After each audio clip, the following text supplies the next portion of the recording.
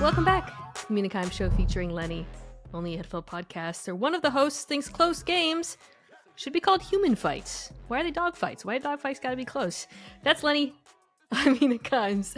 I introduced myself and did jazz hands for some reason for the YouTube audience, podcast audience. Now you know.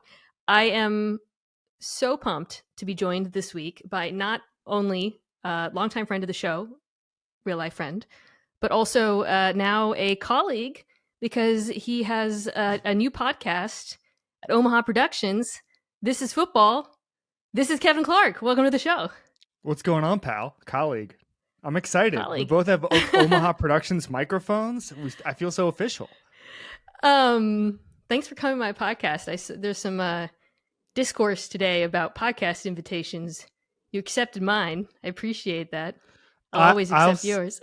I'll say this. So I appreciate that. I need you to come on This Is Football soon when we run out of quarterbacks. But Ryan Russillo gave me the best advice about going on other people's shows I've ever gotten in my life, which was we're walking around Radio Row and he's far more than we're just getting hounded by people just being like, hey, can you give 10 minutes for this show. I'm certainly not going to name any of those shows. The vibe on Radio Row, generally. Yeah. And he said to me, it's like a bizarre takes.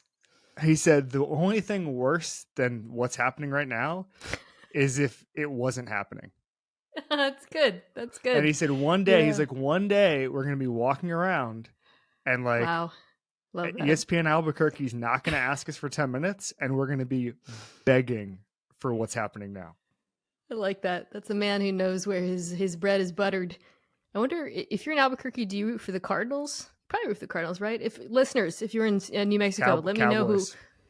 Cowboys, yeah. Well, that would make sense. Though the Cowboys have a pretty. The other thing is, you can't discount, and like my dad used to tell me these stories, and I didn't really believe them, but it makes sense because I remember being at a Panthers game against Washington a couple years ago, not like a decade ago, and like if like the teams in like 1970, because there weren't that many, they just had huge regional fan bases, and so like Washington had the entire South, and the Cowboys probably had the entire Southwest. So it's that generation, and they passed it on to their kids, their grandkids. Right. Also, the Cowboys were good, much better than the Cardinals. That's why like kids. A lot of people our age, you grew up on the 90s Cowboys, or yes, I've talked about this. If you live overseas, but you like the NFL, you're probably a Cowboys fan of that age. Or a Dolphins fan, because Marino was on every single week. The big thing I've always heard about London is it's a lot of Niners fans and a lot of Dolphins fans, because they would just because over at Sky or whatever, they'd be like, hey, what are we going to put on? Well, these freaking quarterbacks are just throwing darts all over the field. Let's just put them on a bunch at 3 a.m.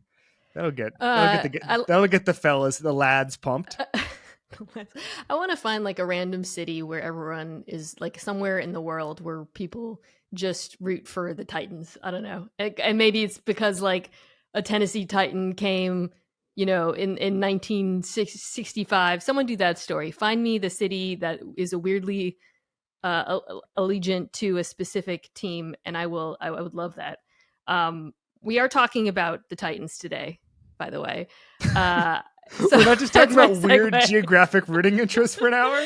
That's my segue. No, we're going to talk about 6 games again. Some probably a little bit longer than others. And then you're gonna, as I mentioned to you right before we logged on, you're gonna help me pick my games. I actually didn't look to see how I did last week. Thanks for the heads up on that, by the way. That we're gonna be doing a Hammer and Hank pick segment. Good way to get through all the games. But yeah, there's a few good games this week. I do think it's a good opportunity to talk about teams we might not talk about later in the year when they're not relevant. But that's not the case with the first game that I want to get at. We're going to talk about 2 very relevant teams I expect to be relevant for a while, the Chiefs and the Jags.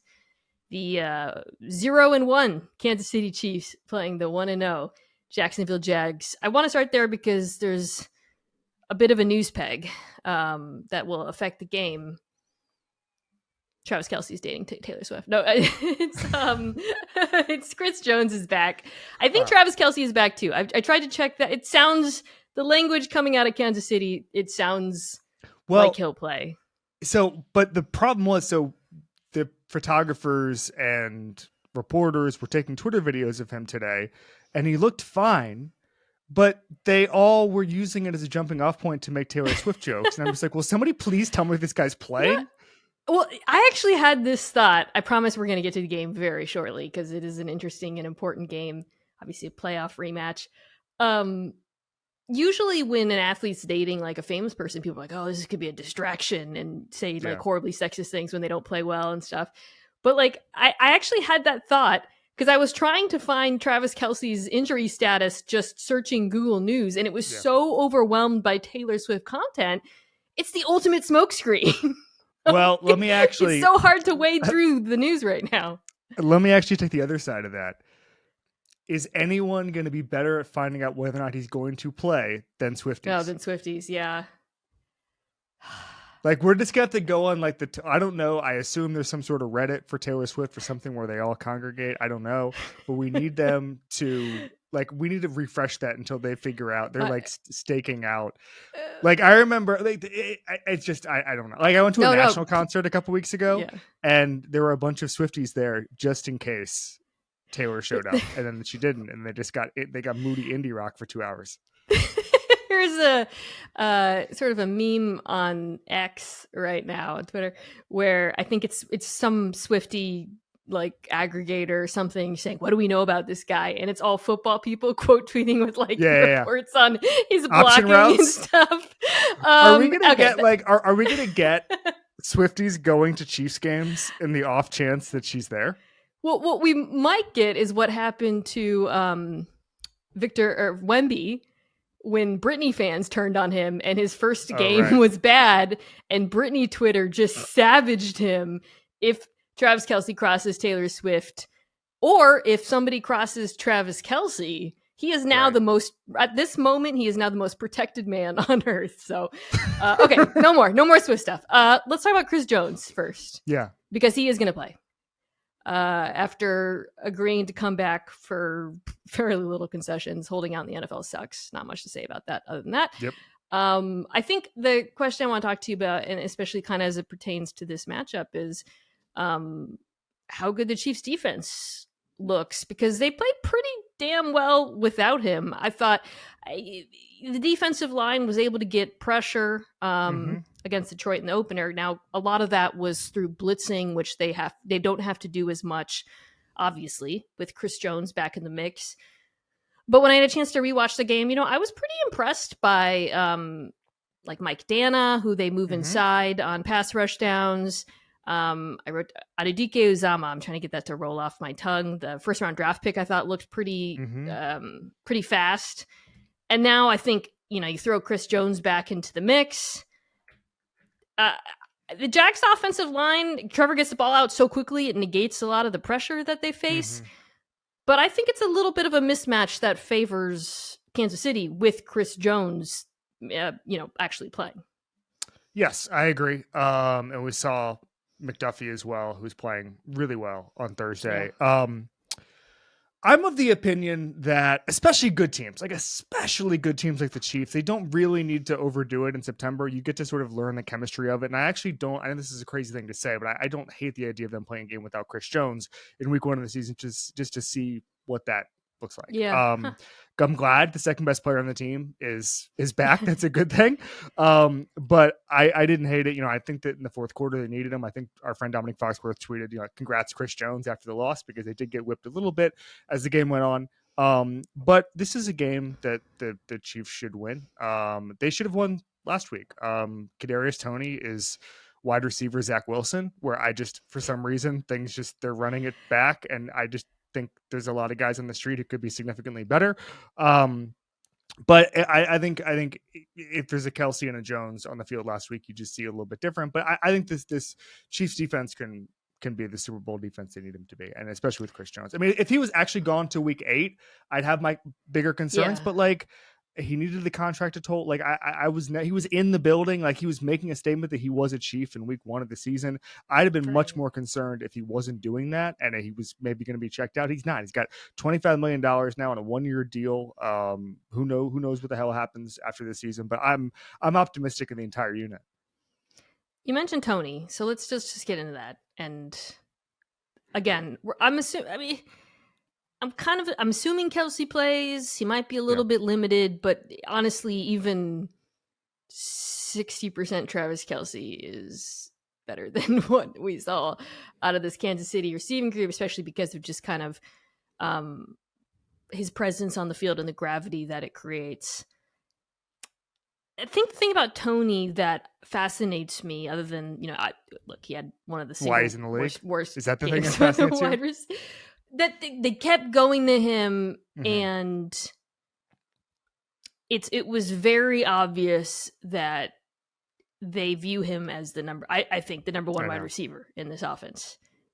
Like and Mahomes still trusts him, which says something. And maybe this is sort of a lose the battle, win the war thing, where if they think they can develop him and get him on the same page, that it will pay dividends in December and January and February. They had 8 drops last week. They had, by the way, Mahomes' rating in a clean pocket was actually quite low. It was in the 60s somewhere. So he was also missing a little bit, but I don't think that's not a. I think he did not trust anything that was happening on, like the spacing of the wide receivers. All of it was just. I completely agree, and it was funny. I was watching the press conferences today, and Kadarius Toney said, "The drops are on me. There's no excuse." It's like, yeah, we know. We're good. Thank you for your accountability, but you actually somewhere Sky Moore's in the corner, thank God nobody's asking me any questions. But it'll be interesting because I don't know. I watched the Jaguars defense obviously quite a bit, and they were covering the Colts receivers pretty well. They were taking away the deep ball though against Anthony Richardson. Who knows what that was supposed to look like. I've seen some Tyson Campbell buzz. So it'll be an interesting matchup, at least to see I'm of the opinion, kind of going back to what I said earlier, like remember when the Seahawks and the Patriots at the beginning of the last decade would just take September off, and like the Seahawks would lose to a Rams team that was headed to 7-9. They'd lose to the Chargers, and it was just like, whatever. Like we know how to play our best football in December. I'm of the opinion that like these teams are allowed to experiment a little bit, especially on offense. And if they have a couple of weird games, like I just think we've gotten to a point where everybody's like, well, why won't we criticize Mahomes? Because we've already done this like 4 times where he's had like a rough September game and then he goes out and wins MVP. They win the Super Bowl, all that stuff. So I'm not, even if they have a weird game on Sunday, I'm not going to make any declarations. Yeah. I mean, Patrick missing like a couple of open receivers was like maybe 19th on the list of things that went wrong for Kansas City in the game.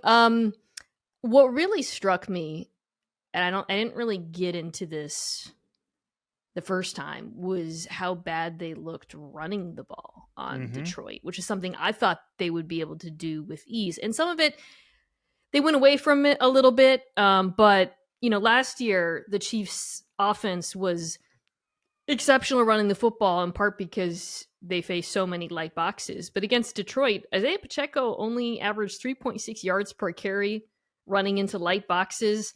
The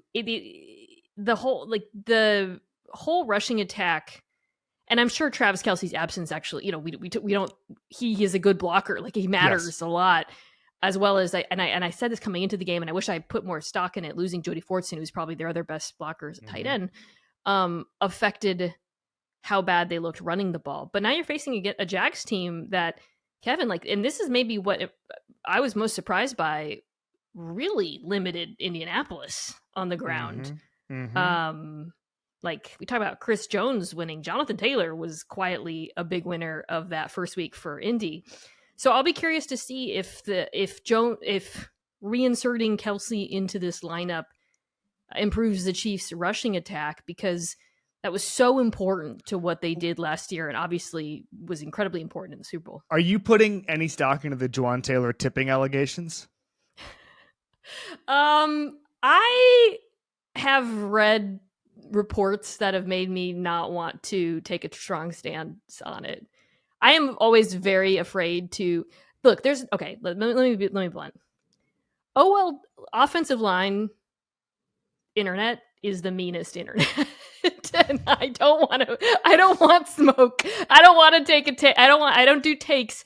You will never see me tweeting about a guy holding, because there is no humans on earth love to tell you someone isn't holding more than offensive linemen on Twitter. Well, no. You go the other way and you just suck up to them by just tweeting the phrase "bully ball" every couple of weeks, and you say cool that's on the quarterback. Yeah. There's a chart floating around. Ian Hartitz, I think, put it out there. I don't know if you saw it, about time to pressure versus how many sacks they took. That's basically just a big old chart, a 4-quadrant chart of like, this is on the quarterback. And it seems like maybe Daniel Jones, it's not on him. But boy, there's some guys there that are squarely in the crosshairs of offensive line Twitter. Ryan Tannehill among them, by the way. I do want to Sam Howell, by the way, Sam Howell is by far the worst at that. He takes the longest time to throw, and he gets sacked. The offensive line was holding up on Sunday. And Ruiz and I have been texting you about this for 6 weeks. About the sacks, yeah. He's going to take a lot of sacks. He sat back there for 4.5 seconds in training camp. He was pump faking at the goal line. Well, on that note, I do want to say one more thing about the Jags, which is they speaking of quarterbacks holding on the football and getting sacked, they did get to Richardson a lot. And this was something I was kind of interested in, because last season they had a very high pressure rate, very high pass rush win rate, but low sack rate, which felt like something, was going to break at some point. I thought Josh Allen was incredible in this game. Trevon Walker made some big plays as well. So, that's another thing I think with Kansas City. I never really worried too much about Mahomes, because he's just so good at evading sacks. But I do think this Jags pass rush is for real. You got to take them seriously. So I got the Chiefs in this one, but I mean, we haven't even talked about how sick Calvin Ridley looked. I do think, like, even, I know at the top we talked about Chris Jones being back and how the defense looked good and the defensive line should look good, and there being a mismatch there. That said, I really do think Trevor Lawrence getting the ball out quickly, the weapons they have, I think Jacksonville will be able to move the ball on them. I completely agree, and I'm as impressed as you with the Jacksonville front seven. I think that they're a team that's built. Like, I know we all laugh at Trent Baalke, and he didn't do all of this. He's only been the GM for a couple of years, and obviously he was under Urban and all that stuff. But like, one thing he's going to get right is big athletic bodies up front, and that's what you're seeing. Yeah, Walker. I was encouraged. Okay, Ravens Bengals is really fascinating to me, especially for Cincinnati coming off of like just a brutal loss that, like, I think because of the timing kind of flew. I don't want to say it flew under the radar and the weather and whatnot, but there were so many brutal, like, weird losses this weekend, and upsets and whatnot, and I think going from Sunday Night Football to Monday Night Football, everything kind of got washed away. But like, that was very bad for Cincinnati, and they're facing a Ravens team that beat down on a rookie-led Houston squad. But speaking of beat down, appears to be missing about 50% of their roster. Yep. So we are taping this on. Let's start there, because I think you got to start there. It's Wednesday. I think Mark Andrews is going to play, and that's about it. It's going to be Lamar Jackson and Mark Andrews and Zay Flowers. No, so injuries from the Houston game. Marcus Williams, who is their starting safety, is very good, and I think is definitely not playing. The two offensive linemen are question marks, but they did not practice. Ronnie Stanley, Tyler, who's the left tackle, Tyler Linderbaum, and then they lost J.K. Dobbins for the season. I mean, is this Ravens team? I pointed out the injuries and people responded by noting that how bad their injury staff was reviewed in that player report. I totally forgot about that. Well, they're not beating the allegations. We should look deeper into it than just the Cardinals made people pay for dinner. Although you can't overstate how much that would suck to be an NFL player and just like, oh, we have to pay for Yeah. just to go Even, order. especially if it's like, like $7, it's like kind of insulting. It's Wait, is it better or worse if it's $7? Well, wait, let's stop right there. Let's it's dive into definitely this. better. Would you It's rather it definitely be like better. $30? Okay. No, but it's just so cheap. Let me ask you a question though. Of all the injuries I just named, which one in this game concerns you the most? I would guess Ronnie Stanley or Tyler Linderbaum, only because, so here's the stat, ready? 15 of 15, Lamar Jackson, 10 yards per attempt when kept clean Sunday. When pressured, 2 of 7 for 14 yards, 1 interception, 3 sacks. That ain't good. And it was interesting. I saw a quote. I don't know if you saw it either. Jonathan Grenard, the Texans defensive end, said that he thought that because Lamar just got paid, he wanted to sit in the pocket more. I think it's just the opposite, frankly. It was a very strange thing. But basically, they were saying that that's why they got to him, whatever. Let's put that aside for a second. I thought that was bizarre. But the Texans played okay on Sunday. And like Will Anderson had that sack where he was getting held, which is called an and one in defensive line Twitter. But I was actually a little bit disappointed with how sloppy the Ravens were. They were not nearly as sloppy as the Cincinnati Bengals, who I can delve into here in a second. But that's my biggest concern is the line, only because of those stats, what we saw. And I will say this, in doing my research here, Ravens are underdogs. Lamar Jackson has the second best outright record via Jameson Hensley, as he has the second best outright record as an underdog in the Super Bowl era. Okay, who is number one? Wait, the best as an underdog? Mm-hmm. Just straight up record. 8-4. Lamar Jackson, 8-4. Wow. Trying to think of guys who have, because Mahomes probably hasn't been an underdog in like. Okay, who is it? Tell me. Jimmy Garoppolo. Ah, that makes sense. Yeah. Jimmy wins. That's what he does. I thought you were going to say that Lamar, I forget what his record is against Burrow. I think it's pretty good. There's a real opportunity, by the way, like Burrow had for them to, this is in Cincinnati, right? I think it is. For them to I think so, yeah. Call it Zaycor Stadium if Zay Flowers goes. So I was watching some cut-ups of Zay Flowers. He's got a real chance to be like the young prince of screen grabs of like, this was a first down. Do you know what I'm talking about? The amount of times where there were 4 Texans around him, and then he would only go like an extra 3 yards, but it was astounding. He's almost like the Lamar Jackson of receivers, where we'll just have guys around him, and he will then make the play, just extend it in a way that just seems completely unnatural to the game of football. I'm so glad you pointed that out, because watching this offense, and I'll get to some of the issues they had, I think, he's so clearly the dude, which we didn't really know Bateman and OBJ or whatever. No, he is the focal point of this offense. It'll be interesting with Mark Andrews back in the mix. And, coming into coming out of the draft, he was seen, maybe not by, ball knowers, I guess, but he's a speedster, right? It's like, oh, okay, he's a guy who can stretch the field and, but is he another Hollywood Brown? Is he gonna just be that speedster? Is he reliable? And what you saw from the jump, which you just highlighted, is he is a creator. Like, he's small, but he is strong, dude. He is evasive and fast and all of those things. But they will use him on screens and sweeps and manufacture touches for him. Like, he, to me, was a real bright spot week 1. And although a lot of the rookie wide receivers looked really good, but oh my God, watching him, I felt exactly the same way. I was like, this dude is going to be a guy in the NFL. They hit it out of the park with him. So Deebo Samuel was on my show when this drops, and he said that the Niners are taught to run to space. That's it. And it's like, oh, of course, but it's like easier said than done. Creating space, like space is the lifeblood of like any sport with a field, whether it's soccer, whether it's NFL football, like whatever. And the ability to create something out of nothing with space is just like the rarest thing outside of a perfectly thrown pass. And so when I see that, and I'm just a guy who can use deceleration against the defender, like that to me is the most exciting thing you can possibly say.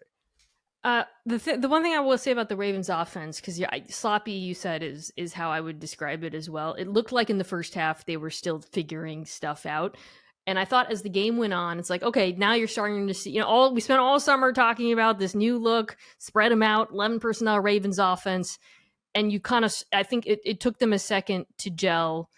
And as the game went on, I thought it looked better. But the one thing that I thought was still a little bit of an issue, and I'll be curious to see this week, is it felt the run game didn't feel integrated with the pass game the way that I hoped it would.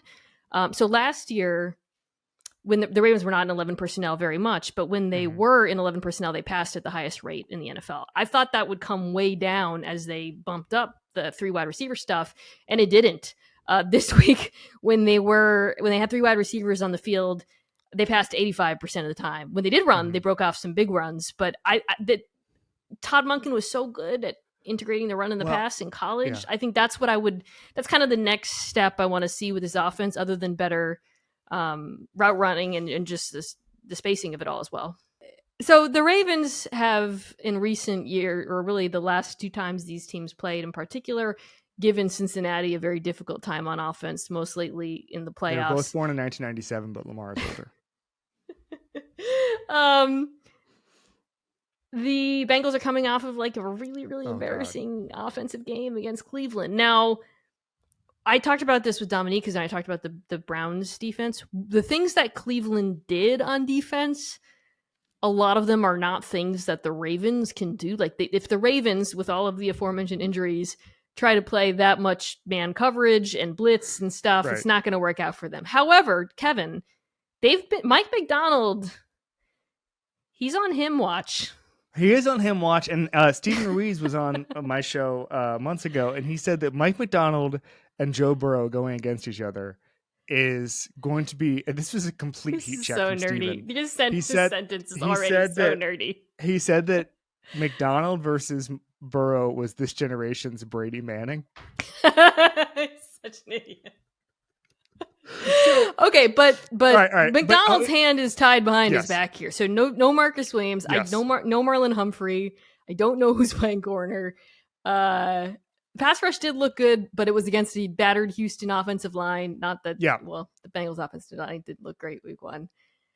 So a couple things. Number one, I was watching some of the press conferences here. Brian Callahan, the Bengals OC, described what Myles Garrett was doing as a Euro step and like basketball moves, because he was literally pretending to dribble the ball up under his legs. Yes. Yeah. And so messed up. And they've said the coaches and the players basically were like, Garrett was feeling himself. He's allowed to do that. He's really good. I don't think I'm concerned long term about the Bengals offense. I've told this story a million times. I will tell one more time. That basically Burrow has told me before that it takes him a while for his vision to catch up with the sharpness he needs to be able to run the offense in the way that he does. I mean, he basically told me once when he came back to practice after the ACL, he saw 21 people in front of him, same as you or I, right? We don't have the vision to say like, okay, this linebacker is dropping, whatever. Like it takes him a while for that. That was in training camp when he was throwing a bunch of interceptions 2 years ago, but I do think you can glean something from that. I don't think that he's going to go 0 for 8 on targets with T. Higgins going forward. I think that was a one-time thing. I don't think he's going to get Irv Smith open and just miss him because of the rain. That was a one-time thing. The third down stats, and I was reading Paul Diener, the third down stats are really grim. They're typically one of the best third down teams in football. They're normally amazing at that. And so I know this sounds, and I think Zach Taylor didn't think there was going to be that kind of rain. That kind of game plan was not really installed. So I'm just not that concerned. I mean, there's a couple of things. When I was in Cincinnati a couple of weeks ago, and you and I have texted about this, but Hayden Hurst was brought up a lot as a guy who was really able to save them in some of those check down situations, and some of those, okay, they're taking away the deep ball. They're going to sell out to stop those 3 receivers. Let's let Tyler Boyd do the dirty work, and let's have Hayden Hurst get open. That was happening over and over and over again. Whether it was against Buffalo, I think New Orleans was in the mix there. Like that was happening over and over with those 2 guys in particular. Take Hayden Hurst out of the equation. It's going to take someone like Irv Smith a little bit of time in that role, maybe. You saw that a little bit. So they didn't play. Listen, nobody played in the preseason. I mean, like, I think I saw a quote from one of the Bengals this week that was basically like, we didn't play in the preseason, and then we just, like, it's raining and we're playing this fast ass defense, and it's like, man, this sucks. Yeah, I think all that is totally fair. And like I said, I don't think the Ravens have the personnel to, single up those receivers. I expect defensively the Ravens to kind of do something not too dissimilar from what we've seen from them the last couple of times. Way more cover 2 quarters. The thing that they have that's sort of unique when they do that, and you talked about how Burrow, like against those looks, he throws to the middle of the field. Tyler Boyd or Smith Jr. would be your targets there. Is the Ravens have an elite linebacker duo. So it kind of, and that allows them also to do all that bluffing up front, play games. Roquan Smith could be in the line of scrimmage 1 second, then he could be like covering a guy up the seam. He is, by the way, oh my God. That was watching the Houston tape. It was amazing. He is amazing. He's like one of my favorite football players to watch right now. So I think that they have an interesting marriage of a very good defensive play caller, a very good linebacker. Usually the spine of their defense is very strong, but man, down those corners and those safeties, that makes it hard. If just to kind of sum it up, if Williams wasn't hurt, if Williams and Humphrey were playing this one, I think I would probably pick the Ravens.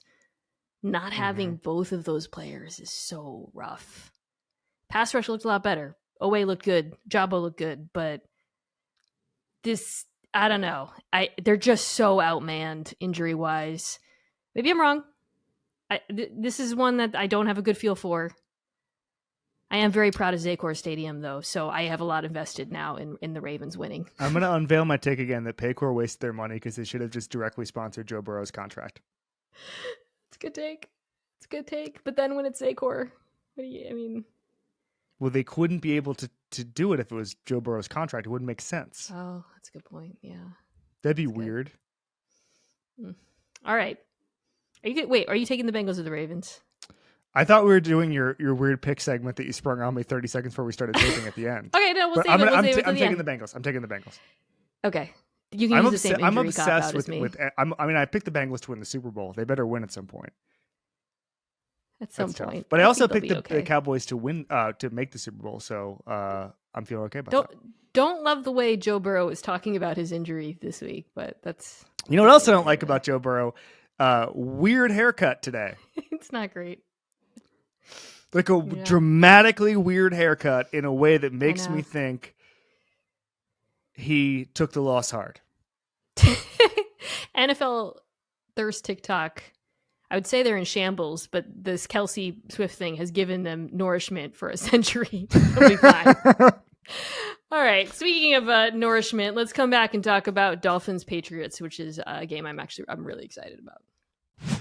Tickets to the game, merch, meals at iconic restaurants, stays at Caesar's Palace, all this can be yours when you bet with Caesar's Sportsbook. Win or lose, every bet earns reward credits, which you can redeem across the empire. Now, if you haven't started yet, register using code OMAHAFULL, and then place your first bet up to $1,250. If you win, great, keep those winnings. But if you lose, you'll get your stake back as a bonus bet.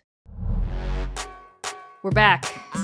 Speaking of him, actually, it could be Mike McDaniel, could be Tua, could be Tyreek Hill. There's just too many hymns on the Dolphins right now. The Dolphins.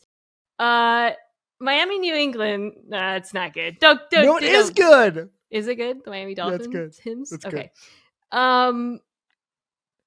So Dolphins, Pats, Dolphins offense, Patriots defense is probably the marquee. Although I said that about Dolphins offense, Chargers defense, and they absolutely demolished them. We're gonna get to the Chargers because we're gonna talk about that game. I have a lot of Chargers notes. I know you do. You always do. This is hard to talk about because the obvious question is, what do you do to stop the Miami offense? And if you or I had good answers for that, we would not be taping the Mina Kimes Show featuring Lenny. We would be on an NFL staff. It's probably the single most difficult thing in the NFL right now. Luckily, Steve Belichick is on the job. No, the Patriots defense. I mean, they looked awesome week one, by the way. I thought the Pats defense did against Philadelphia. And I thought from a game planning perspective, they had a lot of really good answers for all the stuff that Philadelphia presents on offense, which is very challenging with the RPOs and all of that.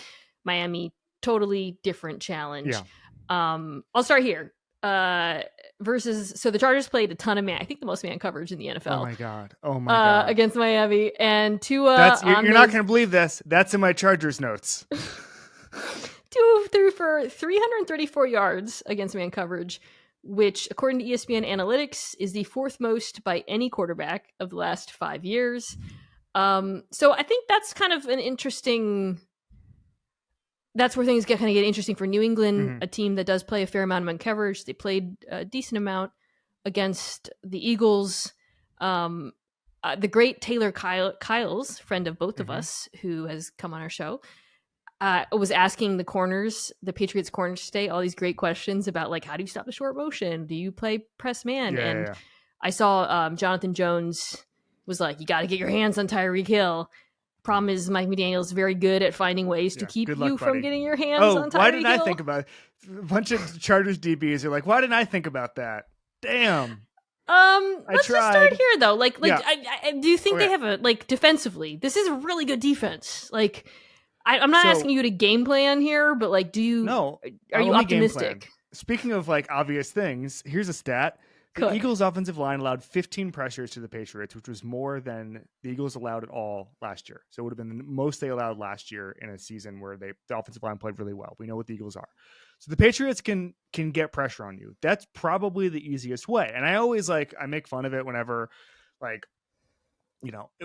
we're always in a copycat league, and there'll be a 4-man rush against Tom Brady with the Giants in the Super Bowl, and people will be like, well, you got to build a 4-man rush out. I promise you, people are trying. We're trying. I promise you, the GMs and the coaches have looked into generating and I'll do you one better.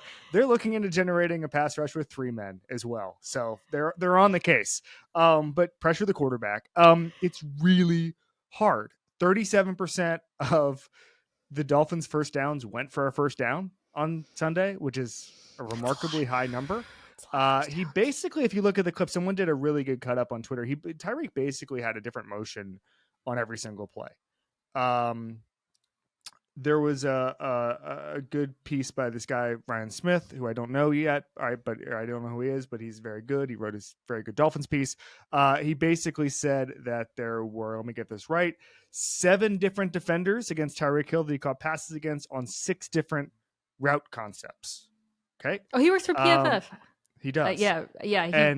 Do you know Ryan Smith? He hooked me up with an ultimate trial last year. Shout out to you, Ryan Smith. That's what I was Ryan, buddy. Yeah. But there's a chart in there that I thought was really interesting. He was good on everything. He was good on play action. He was good on regular dropbacks. 8.6 yards per attempt under pressure, which would be remarkable when not under pressure, or at least impressive. And so I don't know what you do. Dolphins generated 17 explosive plays. There's some consternation about whether or not that's the most since 2012 or 2011. The Dolphins say their explosive play rate is the most since New Orleans did it, and Detroit in the same day in 2012. Either way, it's been a long ass time since somebody had that many explosive plays. Is that just because Brandon Staley is incompetent?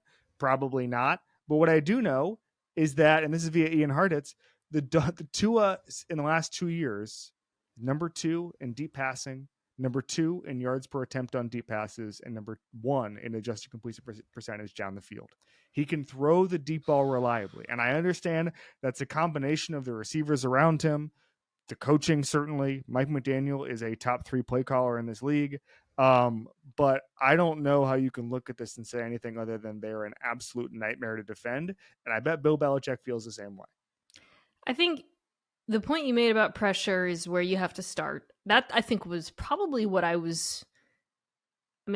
talked to, there's a lot of things I was impressed and awed by watching this Dolphins offense week 1. Some of the little tweaks they made, the way they got guys open and played on, it changed up their tendencies. Tua's creation outside the pocket, his throwing on the move, all that was really, really cool. But the thing that probably surprised me the most was how little pressure he was under, especially with Teron Armstead out of the game.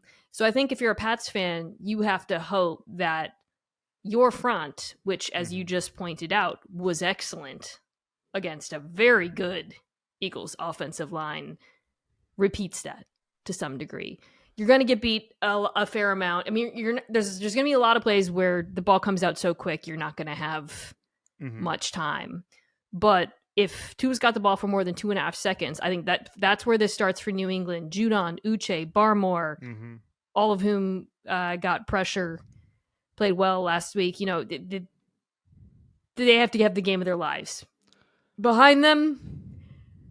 You know, I think the Chargers tried to do this, but you do have to change up the picture for him post snap for Tua. And again, I'm not saying it'll work. I'm just saying it's something that New England is good at. I have a feeling Big Bill's in the lab.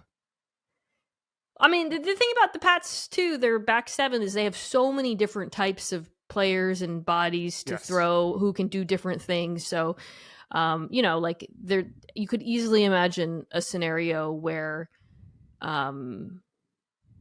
what Tua sees before the snap and after look very different. I'm not saying it's going to work, but yeah, I think the Chargers look like the Patriots defense is much better than the Chargers defense. I think the Chargers defense just is a lot less talented, frankly, than not just the Patriots, but maybe than what I thought. We'll get to that. Hey, would you be embarrassed if you didn't generate any pressure on Tua and you let him carve you up to a historic amount of numbers, but also had the most expensive linebacker group in the NFL and the third most expensive defensive back group? I'm just asking hypothetically for a friend. Would you be embarrassed by that? It's a tough scene. I mean, J.C. Jackson arguably lost the game. I actually, a different name pops into my head when I think who lost in the game, but we'll get there. It's a lot. It's a few guys. It wasn't the offense though, which is interesting, which we'll talk about. Yeah. Anyways, I'm excited to see what New England does. I am not going to pretend like I have a good answer for that. On the other side of the ball, this is interesting to me because the Miami defense, which I've been touting all year, all offseason, could not stop the run for in this game. We'll get to the Chargers side of that, but it was just absolute butt kicking in the trenches. I do like that Vic Fangio is living the gimmick so much on bend but don't break that he just has them kick their ass on the last possession of the game. He's just like, my thing is bend don't break. I'm just going to bend over and over and over again. I'm not going to break, and I'm just going to send the house and smoke them on the last possession of the game. Miami's allowed the Chargers on the ground to put a 0.31 EPA per play. That wasn't just the best in the NFL. That was more than twice as good as the next best rushing performance, which was unsurprisingly San Francisco. New England did not run the ball particularly well last week. I do think some of that has to do with the injuries that they had on their offensive line. We'll see if Strange or Onwenu are back this week. It's something to keep an eye on.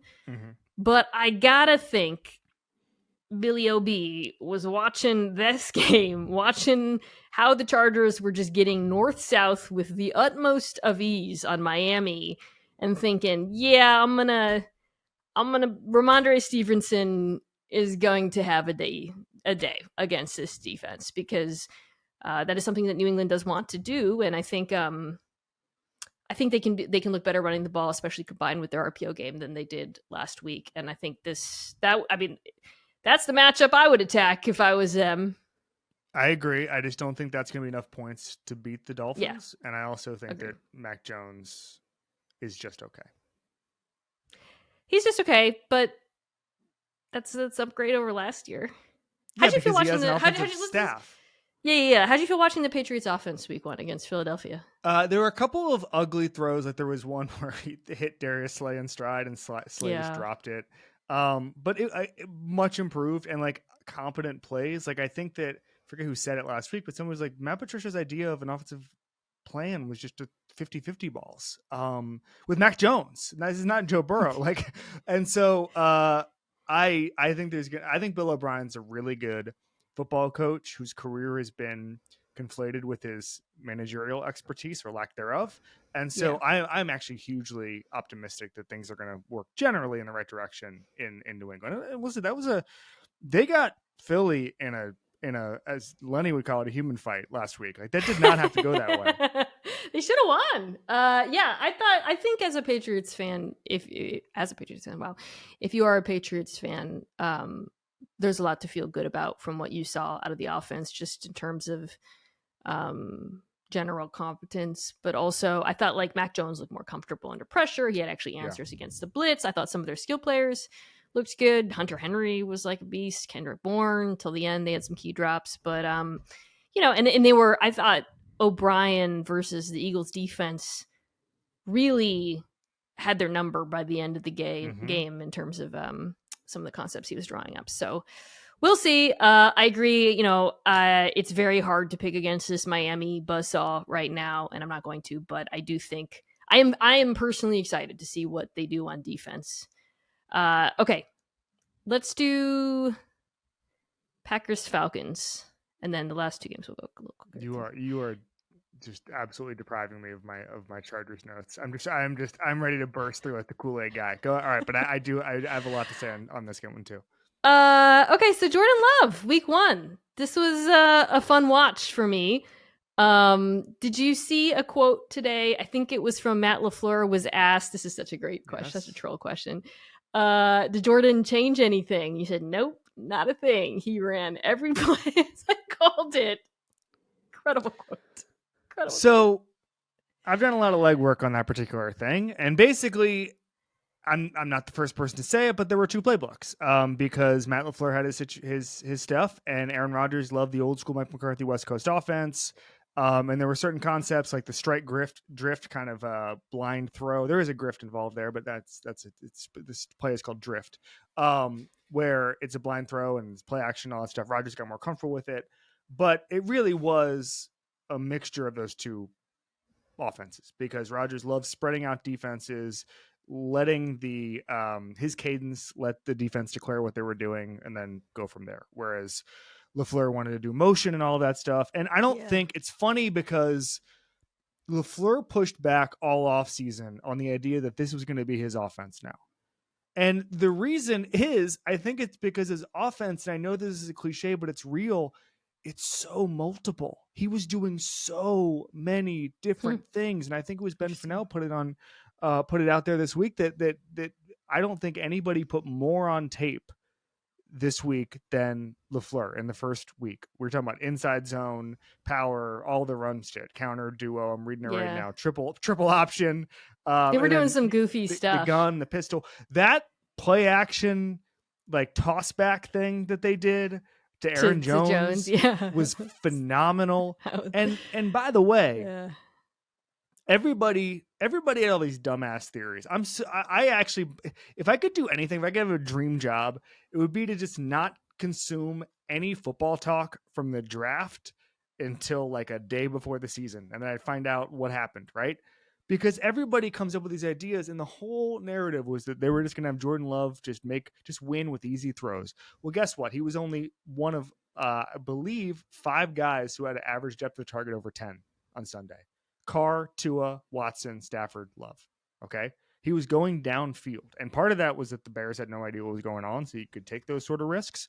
But that's what we're doing. Jordan Love can throw. Did you see Matt Schneidman's thing with what David Bakhtiari said about Leak? No. What did he say? So David Bakhtiari was, quote, begging the coaches to run Leak because Luke Musgrave was open by 20 yards every time they ran it in practice. Well, maybe 30 versus the Bears. That's Peter Bukowski who editorialized there. Yeah, I think the Packers' new look offense, right? About what we expected. More under center. When they were under center, I just looked on 19 of the plays, 15 had pre-snap motion, which previous quarterback reportedly did not like. Fair amount of play action. What would concern me for Atlanta as you look ahead to this matchup, just based on what we saw week 1, which I thought the defense did some good things against Carolina. Obviously, Jesse Bates was incredible. They played a lot of man coverage. Yep. Didn't blitz much, light boxes. That's not a good formula against everything I just described offensively. And ultimately, like, it's a scheme thing. I think it's going to be a talent thing, especially against a Green Bay offensive line that's very good. But Matt LaFleur is in his bag right now, and this just feels like a matchup that favors Green Bay on that side of the ball. So I'm in agreement with you. I think Jesse Bates is really special, and people in Cincinnati knew it. He rules. And I think there's a lot of people who wish he's still played there. I will say this: Ryan Nielsen, the new DC in Atlanta, is really good, and he really had them prepped. And I don't know if you saw any of the quotes from the last couple of days, but basically, like, I mean, Bates kind of bullied Bryce Young, and it seems like they kind of knew where he was going with the ball all the time. Just watch the plays. But what Bates basically said was that Young likes to throw the ball inside the hashes, and that both of them were a 2-by-2 formation, very similar routes, try to hit a dig in the middle of the field. And the coaches basically told Jesse Bates what was going to happen, and Bates, with his own film study, was able to snuff that out. But with Love, like, I think the offense was so varied. I don't think you're going to have that this week, where you're going to be able to just sit on his routes or whatever. I think LaFleur is I wouldn't want to rank him. Mike McDaniel's a better play caller, but LaFleur is certainly in that mix there. And now he gets to do, again, now that it's the quote unquote Matt LaFleur offense, but he just doesn't have to go through all this stuff. Like Rodgers had told me, like, especially at practice, he just wanted tempo on the plays. He didn't want motion. He just wanted to snap the ball quickly. I mean, there was just some, I wouldn't say creative conflict, because I do think that they were able to find a happy medium. He did win MVPs under Matt LaFleur, but it's just a little bit different when you don't have to make sure that your quarterback likes everything. And I think that's probably a big weight off of his shoulders, even if I do think that they enjoyed working together. Yeah, I think that's a fair sort of appraisal of the situation. Desmond Ritter's got to push the ball downfield more than what we saw. God. That was a brutal watch. And I don't think it's all him. I think some of it was the play calling, some of it was the pass protection, which was pretty sus. But Arthur Smith, this is not about fantasy football. If you draft a tight end and a wide receiver in the first round, back-to-back years, you're supposed to use them. And I pumped up the Falcons offense as much as anyone this offseason, but the concept of like positional football where everyone's blocking, everyone's running routes or whatever, you got to throw sometimes to the people running routes who do different things. It's just so utterly congested and very unpleasant to watch. The process mistake, I'm always evaluating myself. The process mistake was that I was like, well, Desmond Ridder is not Marcus Mariota, so he'll be better. Am I sure about that? I think Mariota was really bad last year. And I think, by the way, I think the Falcons are still going to win the division. The one thing I'll say about the Smith thing, and you just brought it up, it is not about fantasy football. And also he said after the game, like, oh, those guys don't care if they don't get targets. Yeah, they do. Yeah, they do. Yeah, they care. Yeah, they do. And this is not specific to Atlanta, but the amount of guys I've talked to who are like, basically, like, most guys just want to know that they've done their job in a given game and can start the process towards like the next contract. Like, they're moving towards that, right? Like that's the way most people think. And it's funny. I don't want to I can bring them up in the next segment, but like when I was talking to Vrabel for a long time, like his motivational technique is literally just like, we're all human, and you can like motivate guys by being like, if you do this, you will make money, right? That's how these guys process things. And like, even he would tell guys like, improve your conditioning, you'll be on the play for more plays, and then someone, either us or some other team, will pay you money. Like, that's literally just run this damn play, okay? And like, that's it. And so I'm not making a specific Falcons point. I'm just making the point that, like, at some point, if you have talent and you don't utilize that, it becomes a problem. And nobody, Bill Walsh, Bill Belichick, Vince Lombardi, is a good enough coach to where if you've got these guys who are uber athletes, who've performed at the college level, who are high draft capital, who want huge second contracts, no one's going to say, you know what, we won with Desmond Ridder, I'm happy. Unless the Falcons are like, hey, we're going to reward you for like what you could have done if you played in a pass first offense. Yeah, it just can't look like it did week 1 for me to feel good about this team moving forward. I do think, the Packers' run defense, which was a major issue last year, it's a little bit better. Chicago's offense is such a problem. I actually kind of found it hard to assess how much of this is real, and their defense on both sides of the ball with Green Bay. My God. I wouldn't be surprised if the Falcons come into this one and continue to try to run the ball at a really high rate. I just want to see something, man. Just want to see something. I do have the Packers. Me too. Assume you as well. Okay. Finally, let's do Chargers. Oh my God. Chargers Titans. So, you want to just get all your Chargers thoughts off your chest? Yeah. You want to start that way? Brandon Staley, defensive guru. What is it you say you do here? Couple things here. I already went through the explosive plays. This, by EPA, was the worst defensive performance of the Staley era. This was, and by the way, Daniel Popper at The Athletic, our buddy, basically said that Staley vowed to improve explosive plays, and they were 31st in the league in explosive plays allowed. He didn't do it. Tua pressured on 14 of 45 pass attempts. In single coverage, Tyreek Hill, 6 catches on 10 targets, 151 yards, 2 touchdowns. Overall, 8.2 yards per play allowed. Maybe most embarrassing, Ryan Tannehill was trying to shut down reporters from asking him questions today about New Orleans, and he kept saying, I just want to move on to San Diego. And he said it again. But I went through the how expensive the defense is, 3rd most expensive defensive back unit in the NFL, most expensive linebacker unit, talent all over the place. And it just seems like nobody's maximizing it. Including, I just feel like there's a bunch of coaches, and the rumor was always that Sean Payton wanted that job, and that would bring its own issues, right? But I would feel if the Spanos family paid market rate, I don't pretend to know what's going on with the coaching market there as far as money goes, but it seems to me that there's a whole bunch of people who would walk to Los Angeles to coach that level of talent, that quarterback talent, and to run it back with Brandon Staley, who, long pause, your podcast feed has not gone out. Not a ton of people say in the league are like, damn, Brandon Staley's a good football coach. Not a ton of people say that. Okay? Not a lot of buzz for Brandon Staley when you talk to people around the league. At the water cooler, people in other facilities are not like, who's a stud? Brandon Staley. I will leave it at that. Here's what I'll say about this game. Well, they're probably going to win this game. They're probably going to win this game, by the way. If Brandon Staley's on the hot seat, I think he probably is.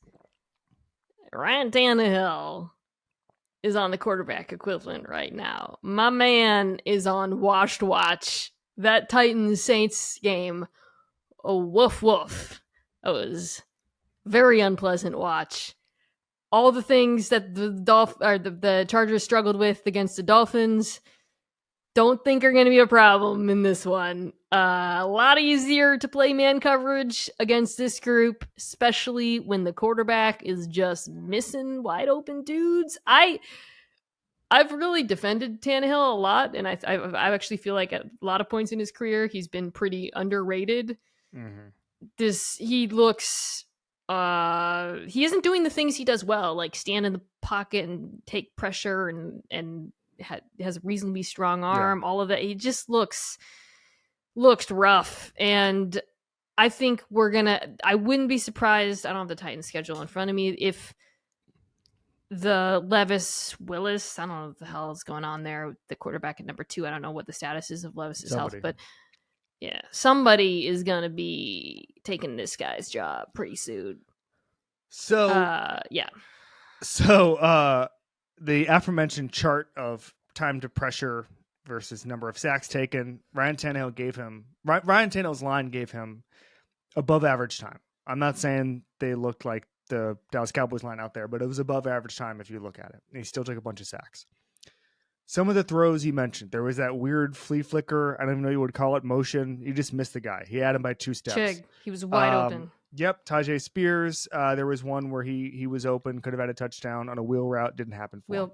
Yep, down the sideline. He missed two guys on wheel routes. Sorry, I was just so upset watching this. I don't remember the other wheel routes. All the missed wheel routes, all just kind of pile up in my brain. I don't think he's got the athleticism he used to. I don't think he has the confidence he used to, and that's the one thing that people have said, and I've written this a bunch about how much quarterbacks around the league respected his play action game because he would just fire in these blind throws that a lot of guys are just not comfortable making. The Titans reporters are basically saying Mike Vrabel was as annoyed as they've ever seen him today. Saw a couple tweets about that. Oh boy. And that is a high bar. Ooh, that is a buddy. high bar. That is an annoyed gentleman. Generally. That is one annoyed gentleman. And so I don't know where they go on this, but these are two teams right now. I just don't. I would prefer not to watch this game on Sunday. Well, okay, let's say that to Mina Chargers fans, if you're still here. I thought the offense looked good against Miami. I talked earlier about how unbelievably efficient they were running the ball. This is, and we'll see. Again, the Titans' run defense is much better than the Dolphins' run defense. The Titans' run defense was the best in the NFL last year. But the Chargers' run game was, and I've said this a lot, as big of a problem last season as the lack of a downfield passing attack. And I mean, you heard the numbers earlier. It was an unbelievable day on the ground, and I think it wasn't just statistically that they were great, but watching them, the run game looked different. It was much more physical, downhill, a lot of man blocking runs, a lot of Eckler and Kelly's big runs came inside between the tackles. It was mostly like in 11 personnel, Eckler had an 80% success rate. Kelly had a 90% success rate, which is wild. So they face a Titans defense that I think is much stouter against the run, but I suspect will deploy a pretty similar approach in just terms of let's put an umbrella on this.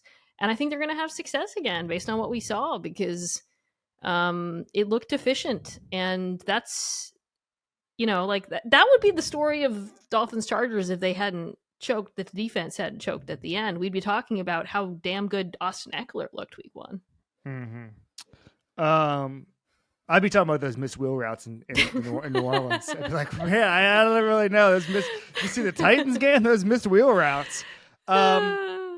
So, yeah, I agree. Are we nearing blow it up territory for the Titans? Or are we past it? Should they have blown it up more than they did? They're not going to blow it up while Vrabel's there. I know.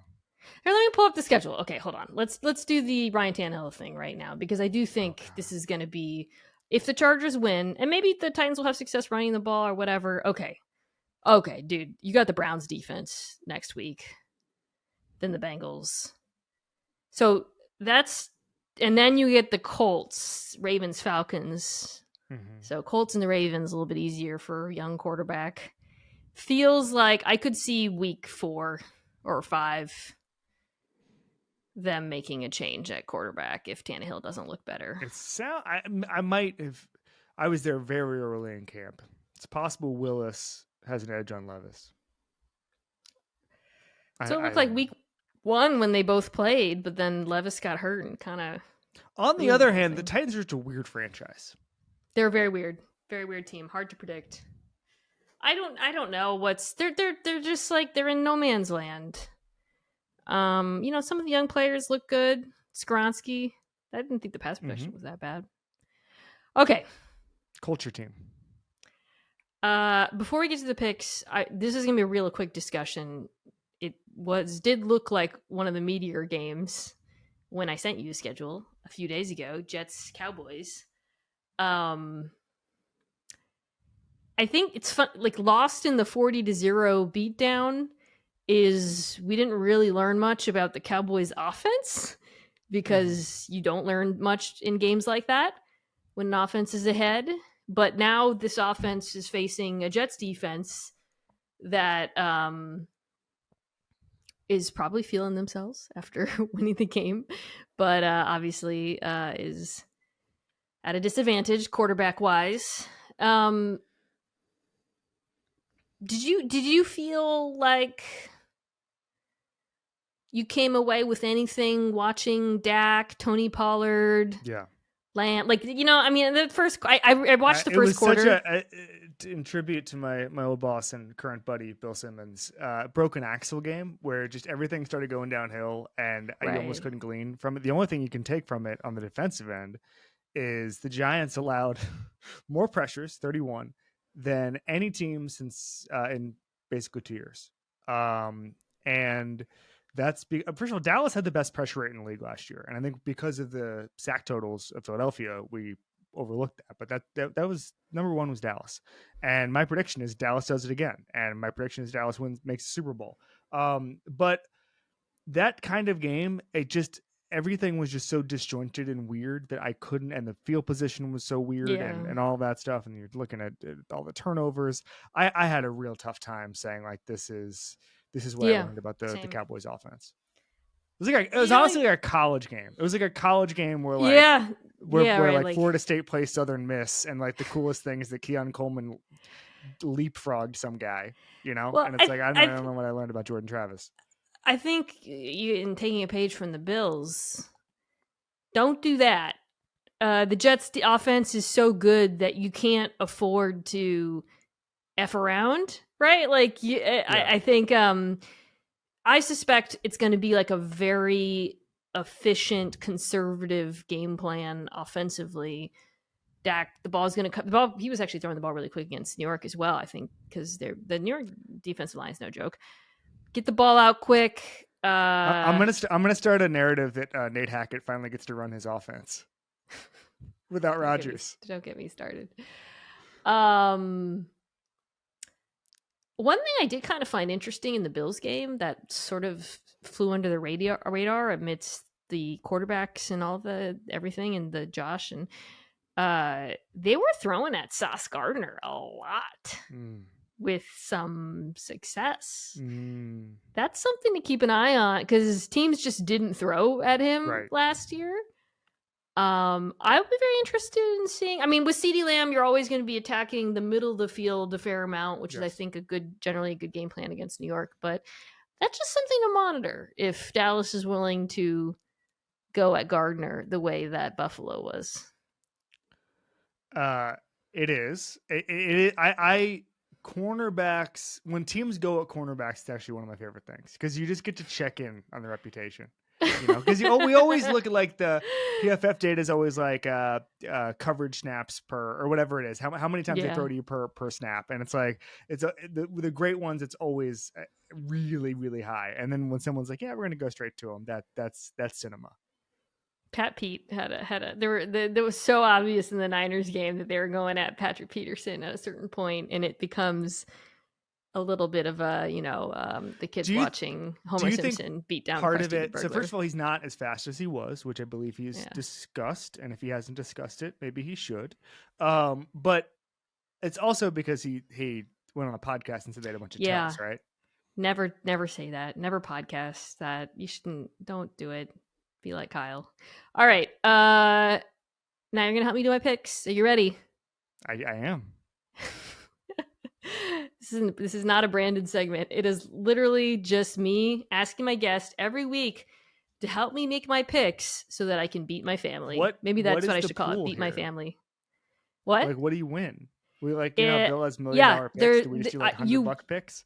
My family. There's no money. Lenny just walked in. My family has a plaque in the living room, and your name goes on the plaque if you win. Picks. And it's a big deal. We talk about it a lot. It's a big deal in my family. So it's just you. It's the four of you.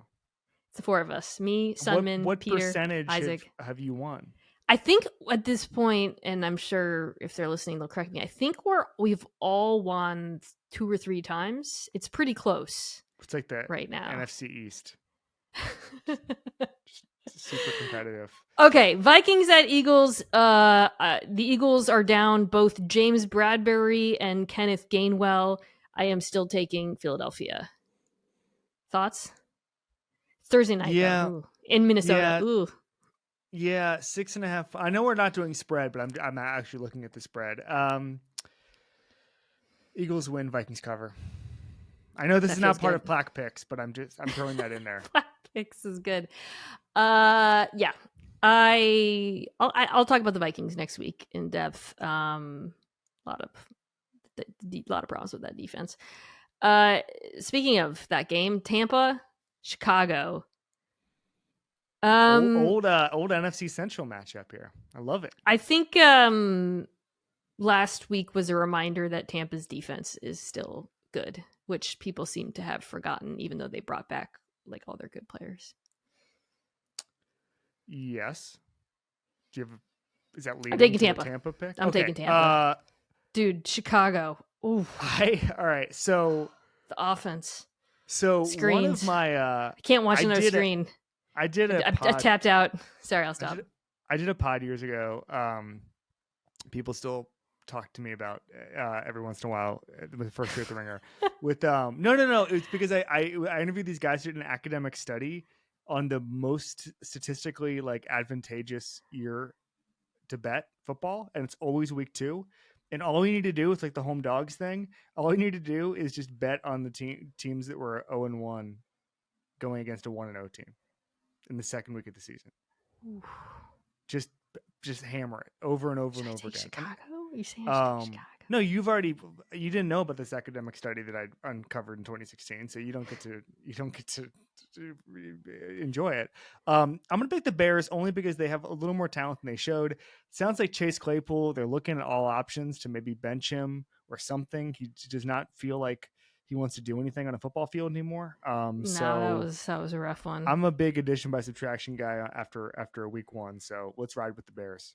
Bear down. Okay, so we're both on Green Bay over Atlanta in Atlanta. This is probably the hardest game of the week, in my opinion, to pick. Colts at Texans, 2 rookie quarterbacks. Colts are favored by 1. I think people saw that they gave the Jags a hard time, but I'll say this, Kevin. I was really impressed by the Texans defense. Mm-hmm. I think they're going to be pretty good. I feel like they're ahead of schedule. I think the defensive line looks. You mentioned Grenard. Anderson looked amazing. Will Anderson looked awesome. He looked awesome. They're flying around the field. They're not quite San Francisco, but I feel like the D'Amico Ryans effect is real. So I'm going to take Houston. Because of their defense. On the ESPN schedule, it tells you how low tickets are, and tickets for this game start at $19, so pack them in there in Houston. Houston's going to win this game. Detroit is favored by 5.5 visiting Seattle. The Seahawks are missing both of their starting tackles, which is why I shall be picking the Detroit Lions. Oh, also the Seahawks defense. That's just grim homerism, right? Well, it's not homerism. Yeah. It's Detroit starts 2-0. Okay, we already did the Chargers over the Titans. We got the Bengals over the Ravens. That one I could see being wrong. Okay, Vegas at Buffalo. Buffalo's favored by 9.5. Come on, there's no way Buffalo. I feel like this will be the start of a Josh Allen returns to normal streak that'll last for about 6 games. Can I bring up here that I am out of Mike Ryan's? We haven't talked about this. So it's because we're in a Survivor Denver league. Over. We're in a Survivor. We're no longer in a Survivor league because I'm out. You're not. I believe I was out in week 1 last year too, because I just hate certain teams. Not like from a bias standpoint. I just think some teams are just god awful, and I just pick against them no matter who. So I thought Sean Payton was going to immediately improve the Broncos, and I thought Vegas was going to be a complete tire fire. Turns out the Broncos are still a tire fire. Did you see Russ's average depth of target on Sunday? It was 4. Sean, who hates Russell Wilson? Sean Payton. Which I think there's been this nice little journey of he probably hates him. Then it's I think he likes him. And now it's no, he doesn't trust him at all. Anyway, I picked the Broncos over Vegas. I was wrong. I'm out. Mike Ryan has my $50. I picked the Jags, which was a little bit of a ride, a little close. This week, I think I'm on we'll get to them. Ooh. Yeah. Last year, I picked against the Seahawks week 1 as an emotional hedge, and then had a victorious chug when Seattle beat Denver week 1. I remember that. Are we doing the chug? Yeah. I haven't sent a chug in. I think you gotta do a chug. I don't know what I'll chug this year. Maybe milk. That's I had to disgusting. Venmo Mike a bunch of money today because I bought his Ooh. Miami Temple tickets because he needs to stay in Miami to watch a highlight match. So it's the most Mike Ryan if sentence anybody ever. ever wants to know what being friends with Mike Ryan is like, I just described it. We're both on the Chiefs over the Jags. As impressed as I was by Matthew Stafford, I think we can agree the Niners over the Rams. They're favored by 8. Wow. Just that Rams defense, the Niners are just gonna just buzzsaw through. I did love the we're still here comeback last week though. I know you hated it, but I'm just saying I like those guys. I hated it, but Matthew Stafford is, that dude is still. People were telling me that all summer. Like our friend Seth Wickersham was like, "Dude, I was just at Rams practice. Matthew Stafford looks amazing." I'm like, "Yeah." Well, I should have listened. He never left. Okay, this is my survivor pick. I'm going to take the Giants over Arizona this week. Little strategy just because, you want to pick the mid teams right now. And so, hey, can I ask you a question? They just lost by 40 points and they're on the road. I don't care. Okay. It's Josh Dobbs. Okay. Josh Dobbs I'm just throwing out that the team has had the most. I want a last dance about Josh Dobbs. Talk about the most interesting NFL career of any non-famous guy. Just getting called in. Josh Dobbs next week or Zach Wilson? Who you take? Josh Dobbs. I believe I already told you that over text. I think Zach Wilson is the worst starting quarterback in the NFL. Well, second coming up, he's about to play the Dallas Cowboys, who are favored by 9. I think we're both on the Cowboys there. Yes. This is a tough one. Denver at Washington. No, pardon me. Washington at Denver. Denver is favored by only 3.5 at home, so it's basically a pick 'em. Ooh. Denver. Yeah, I think I'm going to do Denver too. Although, man, that Washington defensive line is so good. I think the Washington defense is really good. I'm going to take Washington. Changing my mind. Okay. I know Sam Howell's going to take a lot of sacks, but I don't care. I love the Washington defense so much. And that altitude, holding the ball on for that long, and that don't altitude, care. It's over. Dude, Russell Wilson, that's Sam Howell. You're looking at your future. Yeah, I was about to say that. Just like weirdly, like stands back there with not enough athleticism to do it. Okay, Miami at Patriots. We both picked the Dolphins. Yeah. Saints are at Wait, Carolina. I'm going to say something real quick. The Patriots are going to go up like 14-0. And that game, and Collinsworth's going to do it. You think Bill Belichick's not savoring this? He's going to do that. Oh, it's Sunday night. I'm excited for that game. Yeah, me too. Okay, Monday night's a doubleheader. Saints at Panthers. I think I've got our guy Dan Orlovsky's on that one. On Saints Panthers? I think so. Mm-hmm. Yeah, he is. I'm gonna take the Saints. I don't think neither of these teams impressed me a great deal week 1, but I think the Saints are just a better football team.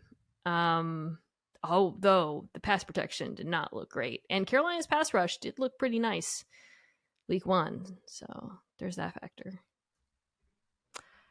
But JC Horn's her, it's I don't know. The second game, the final game of the week is the Browns at Pittsburgh. The Browns are favored after their beatdown of Cincinnati. What do you think? Cam Hayward's out. Friend of the pod. Bad news. Coworker. Yeah, also coworker. I think the Browns will be able to run the ball on Pittsburgh, and I think the Browns defense, as I discussed earlier, slaps. So I'm going to take Cleveland. So Shil Kapadia said something about Matt Canada recently. Did you see it? Mm-mm. I'm going to read it to you. The Steelers' offense has gone under Matt Canada 36 straight games without gaining 400 yards of offense. There have been 269 instances since 2021 where an offense has gained at least 400 yards in a game. 0 of those have been the Pittsburgh Steelers. He's got to be on the hot seat, right? When I wrote that Pickens piece, I actually enjoyed talking to him. But I wrote that Pickens piece, and he was talking about the route tree that he wants Pickens to have. And so most people were like, hey, George Pickens, funny guy, good receiver. And there was this segment that was just screen grabbing Matt Canada saying he wants George Pickens to run more slants. And I delved into that world, like the anti-Matt Canada Steelers Twitter. And it is the heart of darkness, man. It's brutal. Yeah. I think they're also missing Deontay Johnson. They are. But they got Pickens. 50-50. Yeah, I know. I might start him. I do have him on my team. I am picking the Pittsburgh Steelers. Wow. Yeah. I don't hate it. Feels like the Browns could be due for a come down after, but I just, man, it's like a 13-7 type of deal. Yeah. Yeah. That would make that. I could see that. I could see like some Watson turnovers, Oh, could you? Thank you so much for everyone who left ratings and reviews. I read them all. They warmed my heart. I will be announcing the winners of the hat contest next week. Wait, we're doing a contest? We're doing a contest? You can enter if you leave a review. What contest am I going to do on This Is Football? Well, you got to have merch like me. Reviews. I have all these hats. No, I don't have that many left. It's limited edition. Random football that says Quebec on it that I bought at a rest stop in Montreal years ago. Do you have a Mina Kimes Show hat? It's a very hot item. I have a. Oh yeah, I gave you one. Yeah. I gave you one, I think. Yeah. All right. Well, I will announce that mug next week. What's up? Mug? Did you make mugs? I haven't made mugs. That could be next. Okay. Should I do more merch? Mug. Leave me reviews if you want more merch. Like the people are asking for it. Well, the people should also be downloading, subscribing, rating, and review your new podcast. This is Football. Go check it out. That was Kevin Clark. I promise I won't do that every time, but you were excellent. Thank you so much. Dan Marino, Ryan Fitzpatrick, Tebow Samuel on this week. Dominic Foxworth gets mad when I cite people and calls it name dropping, but it's just the guests. I'm sorry, Dominic. And none of them compared to my guest this week, which was you. Thank you for joining us. As always, you guys can check out the pod on YouTube. See you on Tuesday.